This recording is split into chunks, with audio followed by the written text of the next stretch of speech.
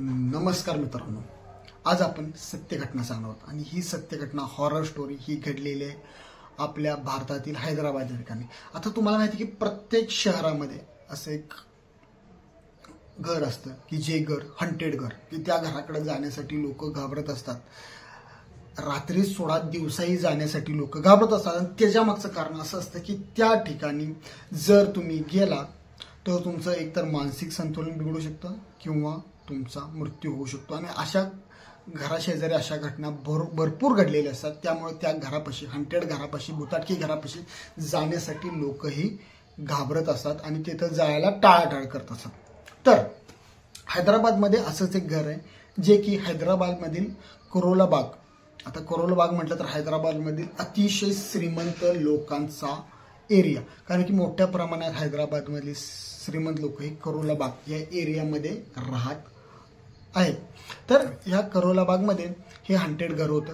तर ह्या हंटेड घराची स्टोरी अशी की या घराचा एक मालक होता, तो मुख्यतः मोठ्या प्रमाणात बिझनेसमॅन होता। करोला बाग मुख्यतः श्रीमंत लोकांचा एरिया आणि त्यामध्ये हा बिझनेसमॅन राहत होता।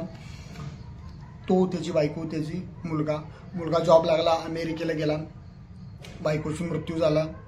तो काही दीड वर्षामध्ये तो बिझनेसमॅन होता, तोही मृत्युमुखी पडला। आता यामध्ये तो मुलगा अमेरिकेत होता, त्याने विचार केला की भारतात जाऊन का उपयोग नाही, कारण की माझा इथं बिझनेस सेटल झालेला आहे, मी काय भारतात येत नाही। तर जे हैदराबादमध्ये त्याचं करोल बागमध्ये जे घर होतं ते त्याने विकण्यासाठी काढलं। विकण्यासाठी काढल्यानंतर जवळपास 6 ते 7 महिन्यानंतर त्या घराला गिराईक आलं आणि ते घर विकलं गेलं। आता हे घर घेतलं कुणी, तर हे घर घेतलं एक महिला आणि तिच्या 2 मुलांनी। महिलाचं वय जवळपास 57 वर्ष आणि तिला 35 आणि 32 वर्षाची अशी 2 मुलं यांनी हे घर घेतलं आणि हे इथं राहायला आले। तर मुख्यतः ह्यांचा स्वभाव जरा विचित्र होता। विचित्र म्हणजे काय माहिती की कोणावर बोलायचं नाही, आपल्यात गुम राहायचं, अशा पद्धतीचा हा स्वभाव ह्या महिलेचा आणि तिच्या मुलाचा होता। त्यामुळे शेजाऱ्यांच्या बोलण्याचा संबंध नाही। आणि तुम्हाला बऱ्यापैकी माहिती आहे, जी लोक श्रीमंत असतात, जी असे श्रीमंत त्यांना शेजाऱ्यांशी काहीही घेणं देणं नाही, मी माझं घर विषय संपला, अशा पद्धतीची लोक असतात। तर अशा पद्धतीची लोक होती। तर करोला बागच्या बाजूला एक एरिया आहे, झोपडपट्टी एरिया, आणि त्या झोपडपट्टी एरियामध्ये सय्यद नावाचा एक चोर राहत होता। आता हे चोरांची कामं काय असतात, बऱ्यापैकी मोठमोठी घर बघायची आणि त्यांच्यावर लक्ष ठेवायचं आणि एखाद्या घरात असं जाणवले की बाबा या ठिकाणी कुणीही नाही, तर त्या घराची तोडफोड करायची आणि चोरी करायची आणि पळून जायचं, अशी चोरांची कामं असतात। तर ही कामं हा सय्यद करतो। तर सय्यदनं काय ऑब्झर्व केलं, जवळपास आठवडा झाले एका घरात लाईट लागत नाहीये, लागत नाही। ह्याच्या आधी त्या घरात लाईट लागत होती, बंद होत होती, पण आठवडा झाले या घरात लाईट लागत नाही। मग ह्याने विचार केला की ह्या घरात आता कोणी नाही, आज संध्याकाळी आपण हा घर फोडायचा प्लॅन करायचा। तर त्याने काय केलं, त्या दिवशी संध्याकाळी अमावस्या होती, तर अमावस्या दिवशी तो काय केला, घरात कोण नाही तर लाईट लागलेली नाही त्याने बघितले आणि घराच्या मागच्या बाजूस, आता मुख्यतः जे जर बघितलं बंगलो, जे बंगलोच्या सभोवताली जो असतो तो प्रत्येकाचा गेट वगैरे असं असतं, तर मागच्या बाजूस उडी मारून, जी छोटी भिंत असते त्या छोटी भिंतीवरून उडी मारून तो आतमध्ये गेला। त्याने इकडे तिकडे बघितली, कोणी नाही। त्याचबरोबर तो दरवाजाचं लॉक फोडून तो घरामध्ये घुसल्यानंतर त्यानं पहिला बघितलं की काय गावतंय का, पहिल्या मजल्यावर 2 मजली घर होतं, पहिल्या मजल्यावर काय गावतंय का बघितलं। तर पहिल्या मजल्यामध्ये ड्रॉवर वगैरे उघडून त्याने बघितलं, पण त्याला अशी कोणतीही गोष्टी गावली नाही की बाबा जी गोष्ट आपण घेऊन चोरी करून इथं जाऊ शकतो। मग त्याने काय केला, पहिल्या मजल्यावर काय गावलं नाही, मग दुसऱ्या मजल्यावर गेला। स्टेअर्स होतं, स्टेअर चढून, पायऱ्या होत्या, पायऱ्या चढून दुसऱ्या मजल्यावर गेला। दुसऱ्या मजल्यावर गेल्यानंतर त्याने काय केलं, एका ठिकाणी एका खोलीतून, बेडरूम मधून जे मटण असतं ते मटण कुजल्याचा वास त्याला आला। म्हणजे इथं काहीतरी झालेलं आहे, कुजलेलं, किंवा एखादा प्राणी मरून पडला असेल, 5-6 दिवसांनी कुत्रं वगैरे असेल ते मरून पडलं असेल, म्हणून त्यानं दरवाजा उघडला। तर त्या ठिकाणी जवळपास ती महिला, 57 वर्षाची महिला, तिची 2 मुलं त्या ठिकाणी मरून पडली होती। आता ह्याला कळायचं बंद झालं, ह्याला काय करायचं कळेना, चोरी करायला आलता पण ह्याला कळेना, म्हणून काय केला, फटफट तिथनं घरातून बाहेर आला आणि पळत आपल्या घराकडे गेला। घराकडे गेल्यावर त्याने विचार करू लागला, जर मी आता हे काय बोललो नाही, पण 2-3 दिवसांनी पोलिसांना कळाले की इथं मर्डर झालेला आहे, तर पोलीस CCTV वगैरे बघतील आणि त्यामध्ये मी घावे ह्या विचाराने त्यांनी काय केलं की मीच जाऊन पोलिसांना सांगतो की मी असं असं बघितलं, कारण की विनाकारण मर्डरचा केस माझ्यावर येणार म्हणून त्या सय्यदने काय केलं, पोलीस स्टेशनला गेला. पोलीस स्टेशन सांगितलं की पोलीस स्टेशनला गेला. पोलीस स्टेशनमध्ये जाऊन सांगितलं की असं असं मी चोर आहे. आता पोलिसांकडे गेला की मी चोर आहे, सांगा मी चोर आहे आणि मी अशा ठिकाणी एका घरामध्ये करोलबागमध्ये एका घरात गेलो होतो आणि त्या ठिकाणी मला अशा 3 डेड बॉड्या दिसलेल्या आहेत म्हणून सांगितलं. पोलिसांनी पहिला त्याच्या गोष्टीवर काही सिरियस घेतलं नाही, पण तो पुन्हा 2-3 वेळा ते सांगितलं. पोलीस म्हटले की भाऊ जाऊन बघून या, एखादा चोर सांगतो बाबा असू शकतं असं, म्हणून ते काय केले की त्या घरात ज्या ठिकाणी ते घर आहे करोला बागमध्ये त्या ठिकाणी गेले आणि त्या ठिकाणी त्यांनी बघितलं, दरवाजा उघडून बघितलं तर त्यांना असं जाणवलं की 5-6 दिवसापूर्वी या डेड बॉडी मृत्यू झालेला आहे. मग त्यांनी काय केलं की ती जे डेड बॉडी आहे ते उचलले आणि पोस्टमॉर्टमसाठी पाठवून दिला. पोस्टमॉर्टमसाठी पाठवून दिल्यानंतर पोलिसांनी काय केलं की आता काय करायचं, तर पहिला त्यांचा संशय होता सय्यदवर, कारण सय्यदनं सांगितलं बरोबर आहे की बाबा या ठिकाणी मी चोरी करायला आलतो पण असं डेड बॉडी दिसले. तर सय्यदला त्यांनी पहिला घेतलं, त्याला चौकशी केली, बाबा काय तू केलास, हे केलास, ते केलास, तू केलास काय, तू केलास काय. मग पोलिसांची जो खाके आहे ते खाक्या दाखवला, पण सय्यद काय म्हणायला तयार नाही.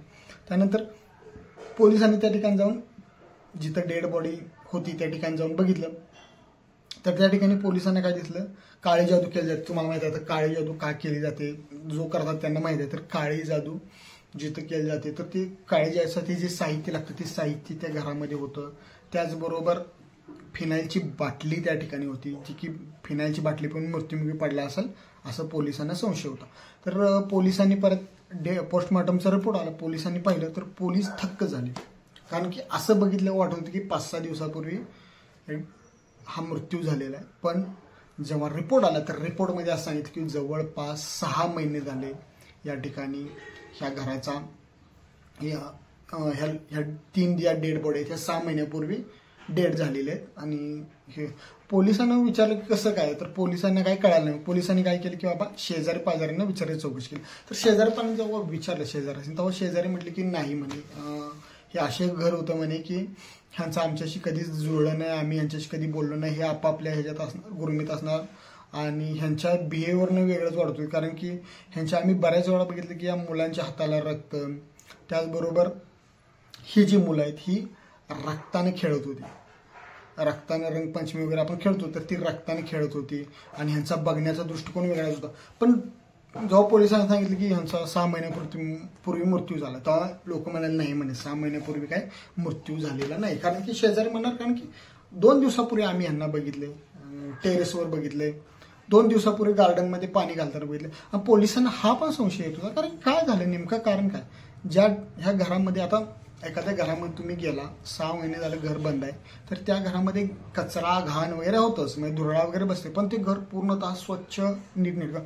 पोलीस आठवड्याभरानंतर पुन्हा त्या घरात गेले, सेम सिच्युएशन, म्हणजे घर पूर्णतः स्वच्छ, काय गावते का बघून. तर पोलिसांनी प्रयत्न केले की बाबा काय संबंध आहे, पण त्यांना काय गावलं नाही. की जादू टोण्यात जरा दिसलं, त्याचबरोबर फिनाईलची बाटली दिसली, पण पोलिसांनी विचार केला की फिनाईलची बाटली वगैरे औषध पिऊन यांनी सुसाईड केला असेल. पण ती लोक म्हणायला तयार नाहीत की बाबा कसं सुसाईड केलं. ती लोक तर म्हणत होती मी 4-5 दिवसापूर्वी त्यांना बघितलंय, टेरेसवर फिरत होती, गार्डनमध्ये पाणी घालत होती, जी शेजारची लोक होती. त्याचबरोबर हा जो सय्यद होता, हा सय्यद म्हटला आठवड्याभरापूर्वी मी पण बघितलं, आठवड्याभर घर बंद आहे म्हणून तर मी या ठिकाणी चोरी करायला जात होतो. तर अशा पद्धतीने ही सिच्युएशन होती. तर त्यानंतर हे घर हॉन्टेड घर म्हणून ओळखलं जाऊ लागलं. त्यानंतर काय झालं, एक दिवस काय झालं, त्या घरात लाईट लागली होती, जे 2nd फ्लोअर होता त्या ठिकाणी घरात लाईट लागली होती. तिथं अशोक नावाचा एक व्यक्ती राहत होता जो की माळे काम करत होता. तर अशोक काय केला, अशोक जाता जाता बघितलं की बाबा घरात लाईट लागलेली आहे. त्याला विचार आला की बाबा ह्या नवीन घर कोणी घेतलं असेल त्यांना माहीत नसेल हे काय झालंय, आपण जाऊया तिथं वर जाऊन सांगूया की असं असं इथं हॉन्टेड घर आहे आणि तुम्ही हे घर घेऊ नका म्हणून सांगूया. म्हणून अशोक घरी वर गेला. वर गेल्यानंतर त्याने बघितलं, तर वर गेल्यानंतर घरामध्ये पहिल्या मजल्यावर गेल्यानंतर त्याने बघितलं की बाबा लाईट तर काय लागलेलं नाहीये. मग ह्याला वाटलं आपल्याला भ्रम झाला, म्हणून तो पायरीवरून खाली आला आणि खाली येऊन बघतोय तर ते जी महिला होती 57 वर्षाची आणि तिची जी 2 मुलं होती तर ती त्या समोर दिसली. त्याला तो अवाक झाला. तर त्या महिलेने काय तर कुठल्या तर वेगळ्याच भाषेमध्ये त्याच्याशी बोलण्याचा प्रयत्न केला. त्याला काय समजलं नाही आणि तो अशोक जो आहे तो चक्कर येऊन त्या घरामध्ये पडला. आता अशोक जात होता मुख्यतः माळेकाम करायचं. त्या माळेकाम करताना जिथं कामावर जातो 2-3 दिवस अशोक दिसला नाही. त्यामुळे लोकांनी हुडकाहुडक चालू केली. तर 1-2 लोकांना सांगितलं की मला इथं अशोक या घरातून आत जाताना दिसला. तर अशोक हुडकण्यासाठी लोक आत गेले आणि त्यामध्ये अशोक बेशुद्ध पडला होता. तर अशोकला दवाखान्यामध्ये नेलं. 2 दिवसानंतर त्याला विकनेस आला होता. पोलिसांमध्ये चौकशी करण्यात यावं नेमकं काय. तर अशोकचं हे मानसिक संतुलन सध्या जे अशोकचं आहे ते मानसिक संतुलन बिघडलेलं आहे आणि सद्यस्थितीला त्या घरामध्ये जे हॉन्टेड घर आहे या घरामध्ये जात नाही. टोटली घर बंद आहे. असं घर तुमच्या एरियामध्ये कुठं किंवा तुमच्या ओळखीच्या ठिकाणी असं कुठलं किंवा कोणत्या शहरामध्ये असं घर आहे तुम्हाला माहीत असेल तर तुम्ही कमेंट करून कळवा. त्याचबरोबर तुम्ही अशा घरामध्ये जाऊ इच्छिता का हेही सांगा. आणि माझं जर मत आहे की अशा हंटेड घरामध्ये म्हणजे भुताटकी घरामध्ये न गेलेलं चांगलं. तर थँक्यू. जर तुम्हाला हे व्हिडिओ आवडले असेल तर लाईक शेअर आणि सबस्क्राईब करायला विसरू नका. तुमचा दिवस शुभ जाऊ. थँक्यू.